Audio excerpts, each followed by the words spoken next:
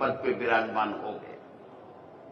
पहला चुनाव व्यवस्थाओं के खिलाफ स्पीच, भाषण, बड़े बड़े वादे, बेरोजगारी हटा दूंगा, आतंकवाद समाप्त कर दूंगा, महंगाई कम कर दूंगा, 2 करोड़ लोगों को रोजाना रोजगार दूंगा, किसान की आमदनी दुगुनी कर दूंगा, मातृ शक्ति को सशक्तिकरण करने का काम कर दूंगा।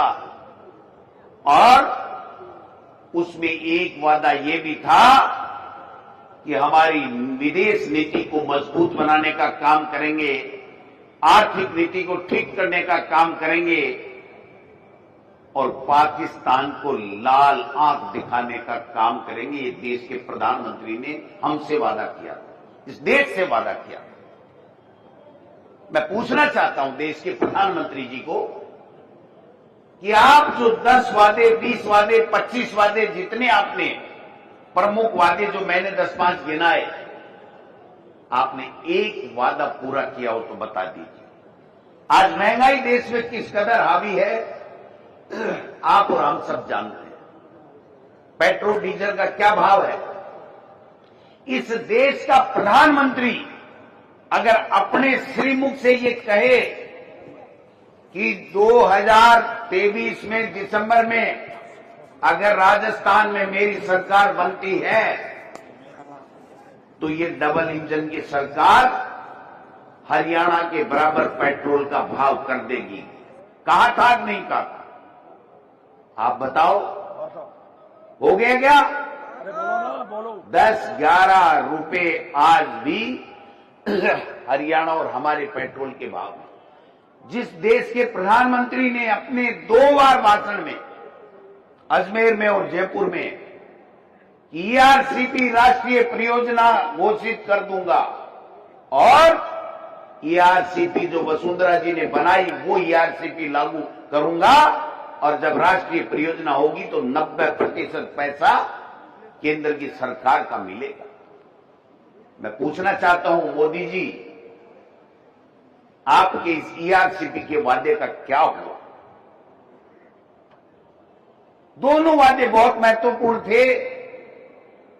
किसान की आमदनी दुगुनी करने की बात की। जब पहली बार देश के प्रधानमंत्री मोदी जी बने तो उन्होंने सर्वसम्मति से लोकसभा और राज्यसभा में पारित कानून, भूमि अधिग्रहण का कानून को परिवर्तित कर बड़े बड़े उद्योगपति सेठों को जमीन देने के लिए परिवर्तन करने का षड्यंत्र रचा। देश का किसान उठ खड़ा हुआ। राहुल गांधी जी के नेतृत्व में, आपको पता होगा, दिल्ली में रैली हुई और वो कानून परिवर्तित नहीं हुआ। जब दोबारा देश के प्रधानमंत्री मोदी जी बने तो 3 काले कानून, जिन कानूनों की किसी किसान ने कभी भी कोई मांग नहीं की, किसी लोकसभा में किसी एक भी सांसद ने मांग नहीं की, राज्यसभा में किसी राज्यसभा के सदस्य ने मांग नहीं की, देश के किसी भी स्टेट में किसी विधानसभा ने प्रस्ताव पारित करके मांग नहीं की। बड़े बड़े उद्योगपतियों को खेती और किसान की उपज के ऊपर कब्जा कराने के लिए 3 काले कानून लेकर के आए। 15 महीने तक किसान खून के आंसू रोते रहे। मोदी जी ने तनिक भी परवाह नहीं की, कांटे बिछा दिए, दिल्ली नहीं जाने दिया। आतंकवादी, चोर, लुटेरे, पता नहीं क्या क्या उपमाएं दी, भ्रष्टाचारी, शराबी। ये देश के प्रधानमंत्री को शोभा देता है? देश के प्रधानमंत्री 15 महीने तक खून के आंसू किसानों को रुलाते रहे। सरकारें जब बनती हैं तो जनता बनाती है और जनता क्या चाहती है वो देश का प्रधानमंत्री हो चाहे किसी भी राज्य का मुख्यमंत्री हो, उसको वो काम करना पड़ता है। और अब की बार तो हद ही हो गई कि हम संविधान बदलेंगे। और संविधान में क्या है?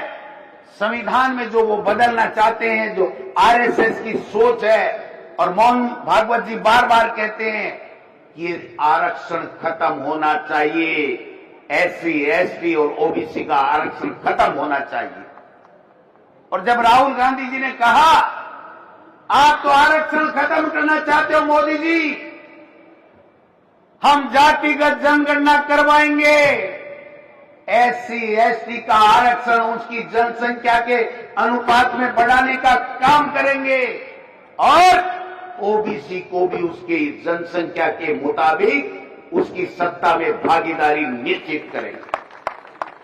वो देश का प्रधानमंत्री स्वर्गीय राजीव गांधी जी था जो पंचायती राज और नगर निकाय में आरक्षण देकर के इस दुनिया से चला गया, लेकिन आज भी हमारी माताएं बहनें 33% OBC के लोग आज महापौर बनते हैं, आज पंचायती राज में प्रधान बनते हैं, नगर निकाय में चेयरमैन बनते हैं। ये किसकी देन है मोदी जी? अरे आपने तो जुमला फेंका, दोनों लोकसभा और राज्यसभा में कानून पारित कराया कि हम 33% महिलाओं को आरक्षण देंगे। जो कांग्रेस ने पहले शुरू किया था, बहुमत के कारण से वो नहीं कर पाई, आपको हमने समर्थन दिया, कांग्रेस पार्टी पूरे विपक्ष ने समर्थन दिया और आपने वो कानून तो बना दिया, लेकिन वो कानून कब लागू होगा ये तारीख नहीं बताई है। आज भी किसी को पता नहीं है कि हमारे देश में कानून बन गया, लेकिन वो कानून लागू कब होगा? ये अगर संविधान का उल्लंघन नहीं है तो और क्या है? और अपने राजस्थान के साथ में तो बड़ा जोरदार झोला किया उन्होंने। राजस्थान में जब बहुमत आ गया, इनकी झूठ में नहीं सहेगा राजस्थान, पेपर लीक, अपराध, झूठे वादे, उनके बहकाव में जब जनता आ गई और जनता ने बहुमत दे दिया, और हमारे संविधान में लिखा हुआ है कि अगर किसी भी देश में, किसी भी राज्य में अगर बहुमत जिस दल का होता है उस दल की बैठक होती है और उस दल में उसका नेता का चयन होता है, और वो नेता को जो चयन होता है वो राष्ट्रपति या राज्य में सरकार बनती है, तो वो राज्यपाल को जाकर के कहता है कि मेरे दल ने मुझे नेता चुना है और मेरा बहुमत है, इसलिए आप मुझे शपथ दिलाइए, मैं इस प्रदेश का मुख्यमंत्री बनना चाहता हूं। मैं पूछना चाहता हूं मीडिया के भाइयों से कि यहां पर राजस्थान के अंदर जब सरकार बन रही थी तो क्या भारतीय जनता पार्टी के विधायक दल की बैठक में सर्वसम्मति से क्या यह फैसला हुआ कि इस प्रदेश की बागडोर भजन लाल जी को सौंपी जाएगी? क्या देश के प्रधानमंत्री ने, भारतीय जनता पार्टी ने कभी किसी मीटिंग में राजस्थान में चुनाव में ये कहा कि भजन लाल जी के नेतृत्व में यहां पर भारतीय जनता पार्टी की सरकार बहुमत आने पे बनेगी? नहीं। एक पर्ची आई, खुल जा सिम सिम, अली बाबा 40 चोर। वो अली बाबा 40 चोरी है ना पिक्चर, और उसमें हुआ खुल जा सिम सिम, और वो कोड बोलते ही वो दरवाजा खुल गया और चोरी करने के लिए चोर घुस गए।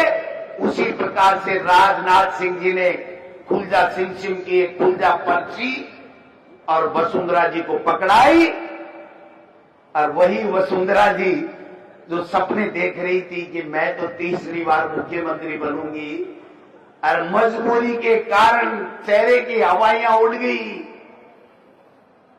लेकिन उनको बोलना पड़ा कि भजन लाल जी को मुख्यमंत्री नियुक्त करने का फरमान आया है। मैं आपको दावे के साथ कहता हूं, मीडिया के बंधु इस बात के साक्षी हैं, जब भजन लाल जी का नाम बोला गया तो एक भी एमएलए ने ताली नहीं बजाई, भारतीय जनता पार्टी के एमएलए ने। अब हम तो कहां से बजाते, अंदर थे ही नहीं। वे कांग्रेस वाले क्यों बजाते? हम तो सदमे में थे, भाई राज चला गया, इतना अच्छा काम किया लेकिन फिर भी राज चला गया। उसके बाद में राजनाथ सिंह को कहना पड़ा कि भाई ये सपना नहीं है, ये केंद्र का पप्पट यही बैठेगा राजस्थान में। और वो पपेट बैठा करके चले गए। आज पूरे राजस्थान में क्या हो रहा है? पंचायत चुनाव नहीं, नगर निकाय के चुनाव नहीं, पीने को पानी नहीं, बिजली नहीं, अपराधी बेलगाम, कानून व्यवस्था नाम की कोई चीज नहीं, बजरी माफिया हावी, आए दिन हत्याएं हो रही हैं, आए दिन लोगों को पीटा जा रहा है, मारा जा रहा है, कुचला जा रहा है। कोई सुनने वाला नहीं है इस प्रदेश में। भाई साहब तो 3 टाइम लेवे राशन और मस्त, क्या तमाशा हो गया। हेलीकॉप्टर लिया, भ्रमण को निकल गए, अपने आप को भागीरथ कहलवा रहे हैं, नाम चेंज कर रहे हैं, राम सेतु जल योजना, पता नहीं क्या क्या, नर्मदा योजना।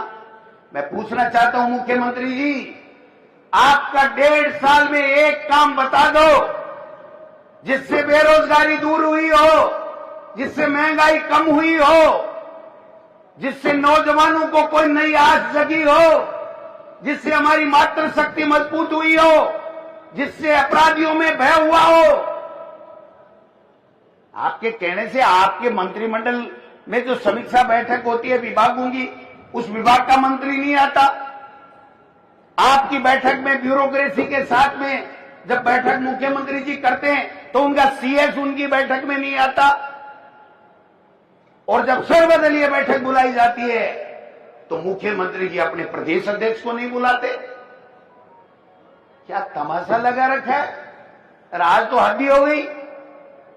2 दिन से सुन रहे हो किरोड़ी लाल जी, मैं धन्यवाद दूंगा किरोड़ी लाल जी को, थोड़ा दब तो गए लेकिन फिर भी कभी कभी खुड़का कर देते हैं। उन्होंने कहा 8 करोड़ की बिशनपुर में बजरी चोरी हो रही है प्रतिदिन, और उसका इशारा चोरी करने वालों में कोटा की तरफ अंगुली करके बताते। कर लिया क्या? कुछ नहीं कर पाए। किरोड़ी जी का मुंह बंद कर दिया।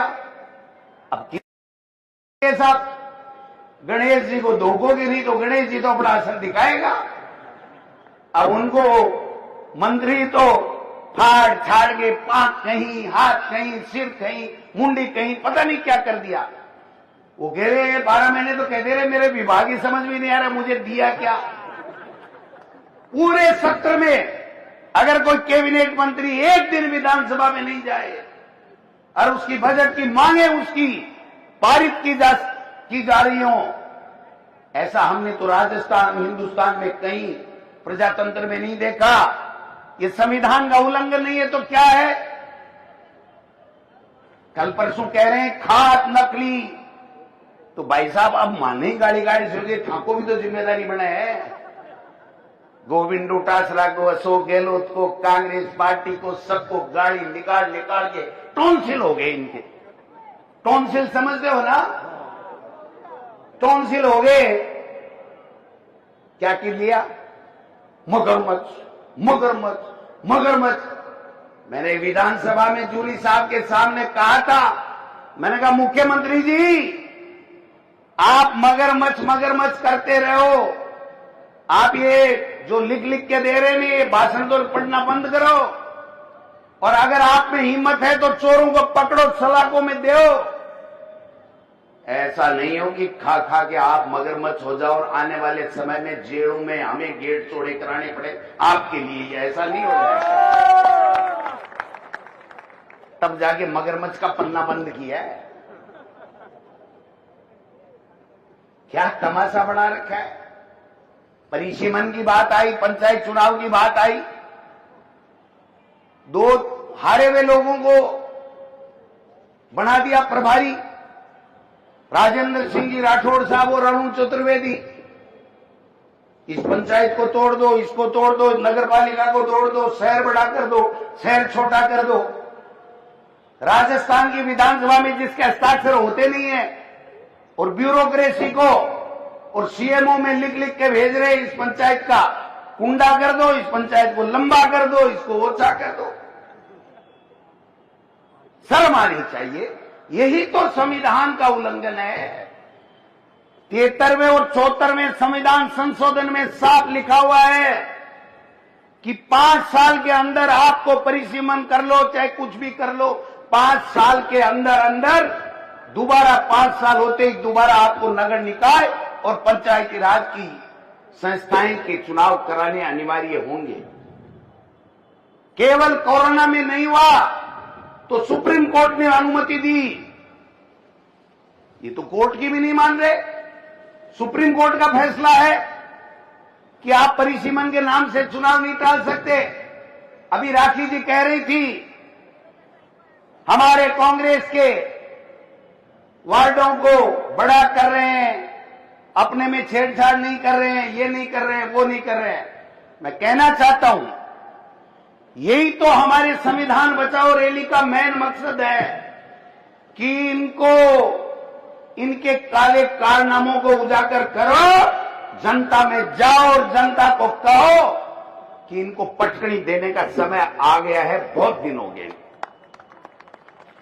कल परसों एक ओबीसी आयोग राजनीतिक वो क्या देने के लिए पंचायती राज और नगर निकाय में जब तक ये ओबीसी का सर्वे नहीं करा लेते तब तक ये आरक्षण नहीं दे सकते।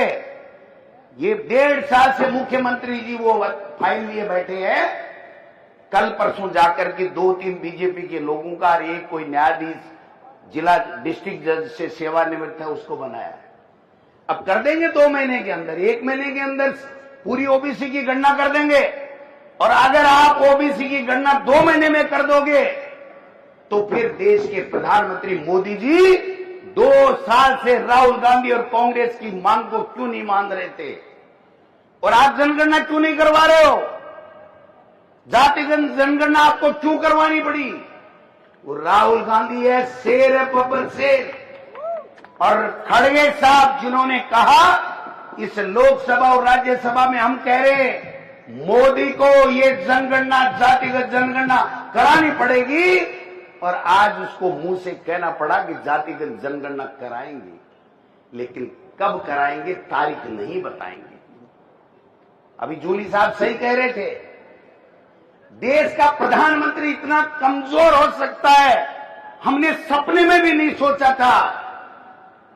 अमेरिका का राष्ट्रपति 10 बार कह चुका है मैंने सीज फायर कराया, कश्मीर समझौता मैं कराऊंगा, मैं मध्यस्थता करूंगा, मैंने व्यापार की धमकी देकर के कराया। देश का प्रधानमंत्री राष्ट्र के नाम संबोधन में एक शब्द नहीं बोलता। देश का प्रधानमंत्री चुनावी रैलियों में फालतू की बातें करता घूमता रहता है। हमने ऐसा कर दिया, आपने नहीं किया। ये सेना का पराक्रम और शौर्य है जिसके कारण से आपकी नाक बच गई, वरना ये ट्रंप आपकी नाक काट लेता। क्या तमाशा लगा रखा आपने?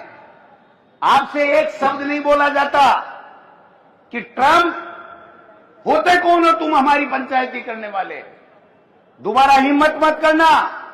अरे ये वही नरेंद्र मोदी है, देश का प्रधानमंत्री, जिसने इंडिया न्यूज या कौन से टीवी चैनल पे आपकी अदालत में बैठ करके कहा था ये लव लेटर लिखना बंद करो, ओबामा ओबामा कहना बंद करो और पाकिस्तान पे चढ़ाई कर दो और उनको उनकी औकात बता दो। अब कहां गए आप औकात बताने वाले? आपकी औकात तो ट्रंप बता रहा है। शर्म आ रही है हमको। और फिर कहते हैं कि संविधान को क्या खतरा है? संविधान को यही खतरा है कि आपने किसी राज्यों में किसी नेता को काम करने के लिए जिम्मेदारी नहीं दी, जो बिल्कुल अंगूठा लगाए कि दिन को दिन कह दे, रात को रात कह दे, चाहे वो दिन हो, लेकिन अगर दिल्ली से पर्ची आ जाए कि ये रात है तो भजनलाल जी बोलने का रात है, मोदी जी की पर्ची आएगी। आज तो नड्डा जी ने तो कमाल ही कर दिया, हमारी सारी शंकाएं दूर कर दी। हमको ये लग रहा था कि हम कहते तो हैं लेकिन ऐसे ही है, मुख्यमंत्री तो मुख्यमंत्री होता है, लेकिन उन्होंने आज बहुत साफ और स्पष्ट कह दिया कि ये भजन लाल जी को मत मानो, मुख्यमंत्री मानने की जरूरत नहीं है, इसको तो यूं ही बैठा दिया। हमारी विचारधारा यहां पर राजस्थान में सरकार चला रही है। विचारधारा का मतलब या तो यह है कि देश के प्रधानमंत्री और दिल्ली से जो पर्ची आती है वो काम इस प्रदेश के मुखिया को, सरकार को करना पड़ता है, और या जो राजस्थान में भारतीय भवन से आरएसएस की पर्ची आती है वो इनकी असली विचारधारा है, इस बीजेपी की जननी है। उस विचारधारा से आप प्रदेश चलाना चाहते हो, भाई को भाई से लड़ाना चाहते हो, नफरत फैलाना चाहते हो, ये नहीं चलने देंगे। ये जूली साहब बैठे हैं ना, इन्होंने राजस्थान की विधानसभा में मंत्रियों की ऐसी रबड़ी बढ़ा दी, एक सवाल का जवाब नहीं दे सके। वो मेमना करता है नहीं, मैं करने लगे। मुख्यमंत्री आया, एक दिन भाषण दिया, मैं तो आश्चर्यचकित रह गया। मुख्यमंत्री मेरे से इतना प्रेम करता, मुझे खुद को ही पता नहीं था। डोटासरा जी कहां गए, डोटासरा जी कहां गए, डोटासरा जी वो गमछा कहां गया। मैं क्यों भाई, एक आखिरी में 2 दिन पहले जे राहुल जी, प्रियंका जी, गोविंद डोटासरा और गमछोटे घूम जातो ना तो लोकसभा अध्यक्ष दूसरों ही ढूंढना पड़तो था, है कि नहीं। तो डोटासरा जी इत तो याद ही लिए करे भाई जी, क्या का मोरना ढीला कर रखा,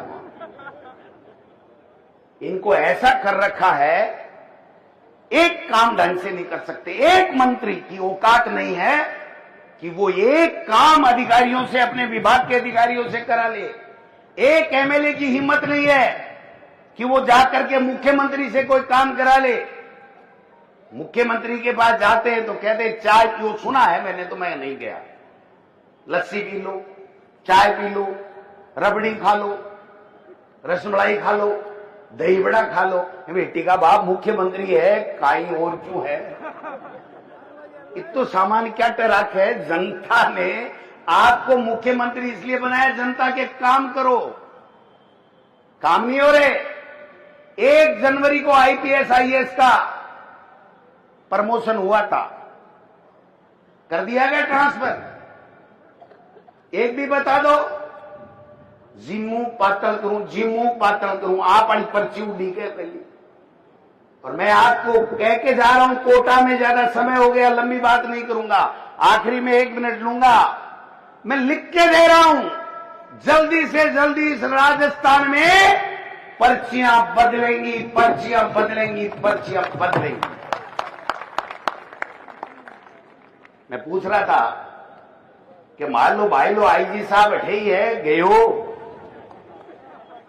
मेरे से, जूली साहब से, एमएलए साहब से बहुत प्रेम करता है बेचारा। रो धो के 10 बजे 10:30 बजे एक एफआईआर लॉन्च कराई, और हुआ क्या, ये हुआ क्या, ये जब हमारे पास फोन आया कि साहब हम मिलना चाहते हैं, सीआईडी सीबी से हैं, मैंने कहा गोविंद डोटासरा और टीकाराम जूली तो तुम्हारे दरवाजे पे आ रहे हैं, तुम्हारे में हिम्मत है, अगर हमने कोई जुर्म किया है तो गिरफ्तार करके बताओ, नानी याद आ जाएगी, नानी याद आ जाएगी।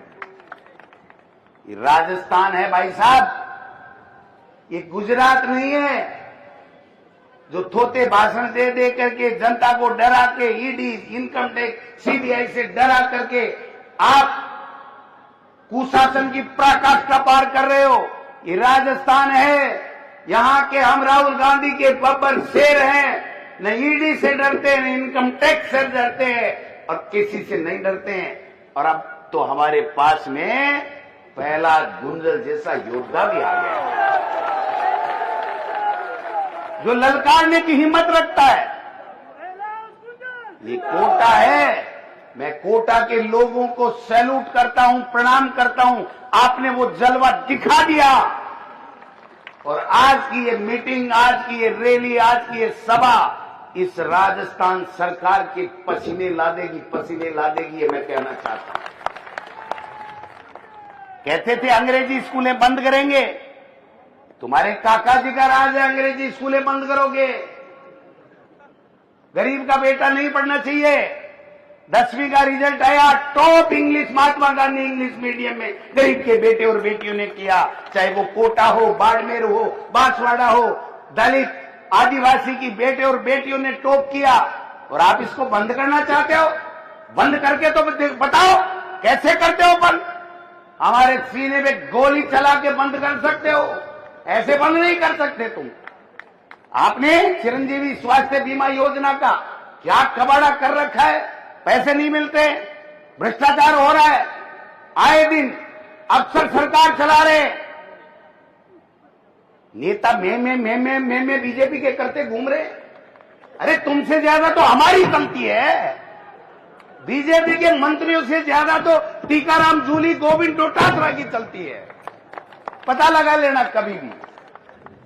एक कार्यकर्ता को वहां पर सीकर में काले झंडे दिखाने पे पुलिस ने हिमाकत की थी, सारी की सारी कांग्रेस जाकर के डीजी के बैठ गई और डीजी को कहना पड़ा कि हमारे अधिकारियों से गलती हुई है, ज्यादती नहीं होगी, और उसके बाद में हम वहां से उठ करके आए थे।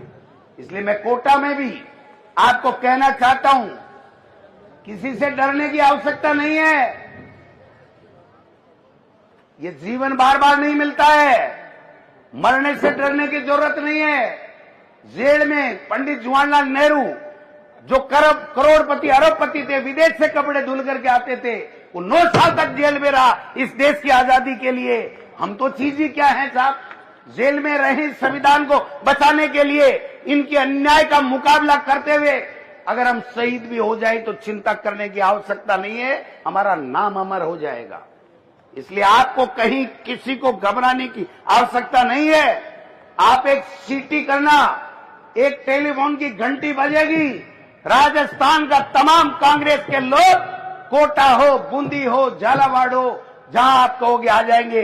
ये नहीं कर रहे थे, वासुदेव देवनानी जी लिए बैठे थे, कुंडली मारे बैठे थे, कंवरलाल मीणा जी 25-27 मुग्ध में, और 15 दिन बाद में, 20 दिन 25 दिन बाद में भी करना पड़ा। जेल में भी गए, विधायकी भी गई, और मैं कह के जा रहा हूं, जब चुनाव होंगे कांग्रेस पार्टी वहां से चुनाव जीतेगी, ये मैं कहना चाहता हूं। इसलिए गुड्डू भाई, आपने जो दमखम दिखाया, जो नौजवानों ने, युवाओं ने, ये जो दमखम है ना, ये बेकार नहीं जाएगा। आने वाले समय में पंचायती राज, नगर निकाय के चुनाव में कांग्रेस अपना परचम लहराएगी। 2028 में दोबारा राजस्थान में कांग्रेस की सरकार बनेगी, और 2029 में मोदी जी की विदाई 100% होकर के रहेगी। ये मैं आपको निवेदन करना चाहता हूं। आप सब आए, आपको बहुत बहुत धन्यवाद। हमने समय बहुत ले लिया। एक बात कहते हुए समाप्त करता हूं, एक आधी सेकंड, 1 सेकंड, 20 सेकंड। भाई, इनके दोनों के, जूली जी के और प्रहलाद गुंजल के भाषण देने के बाद में कोई बोल सकता है क्या? फिर भी मैंने हिम्मत की है, मेरे लिए तालियां बजाओ एक बार। बहुत बहुत धन्यवाद। जय हिंद, जय भारत। वो सब 10-12 जनों को जो इंदिरा जी ना बोल पाऊंगी। किस तरह जी? मैं आदरणीय हमारे प्रदेश अध्यक्ष से आग्रह करूंगा कि इंदिरा गांधी जी के समय जेल करो सत्याग्रह में 1978 में जेल गए, बहुत तगड़ा। आप इनको मैं विषय चेंज करना पड़ा मेरे को, फिर विषय चेंज करना पड़ा। श्री पादा जी, श्री गुप्ता जी,